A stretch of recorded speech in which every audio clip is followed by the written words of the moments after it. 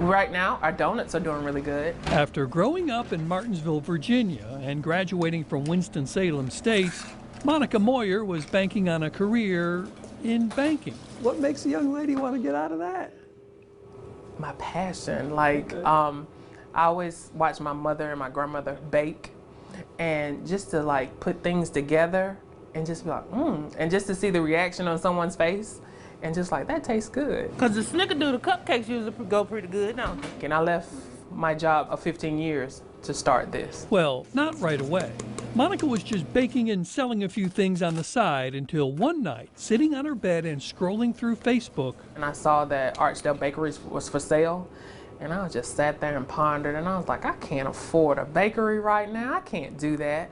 But something told me, God told me, to reach out to the owners. So you're a woman of faith. Yes. But the recipe to make it all work needed a few more ingredients. We didn't use that many eggs already. And those finally came together. So I was like, okay, God, I feel you. Okay, here I go. She bought Archdale Bakery. You opened the door here when?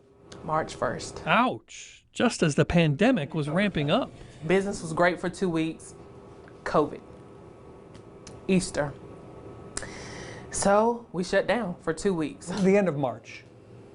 What did you think? This is a couple of months and we're through it? Yeah. Most of us did. Yeah. I was like, oh, you know, summertime, we'll be good. You know, we can do this, you know, then we'll have the holidays to help us pick up.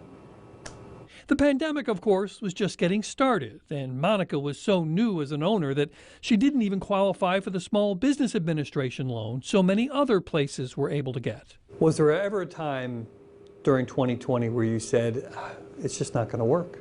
September. You don't have that summer business. Everything is starting to slow down. Yeah. I'm wondering, do I go get another job? Do I do something from home at night just to make everything okay? It's really scary. I left somewhere where I was comfortable for 15 years to pursue my passion.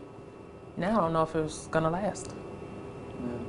It's gotta be heartbreaking. It is, it is, it is. Monica began to count her blessings, though, when, again on Facebook, she saw another woman's story about how her kidneys were failing and needed a donor. She did a Facebook post, and she was like, if anybody's thinking about or wants to, here's my blood type.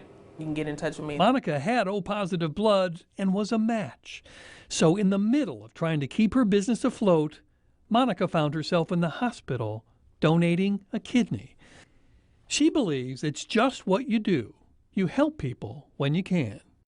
That sets an example for her daughter and son, which is why no matter what havoc the pandemic wreaks on this passion, Monica knows the lessons it teaches her children. My son works here. My daughter comes in and helps, and I want them to be proud. At the end of the day, I can say I followed my dreams. I followed my heart, whether it works out or not. I can't believe Monica doing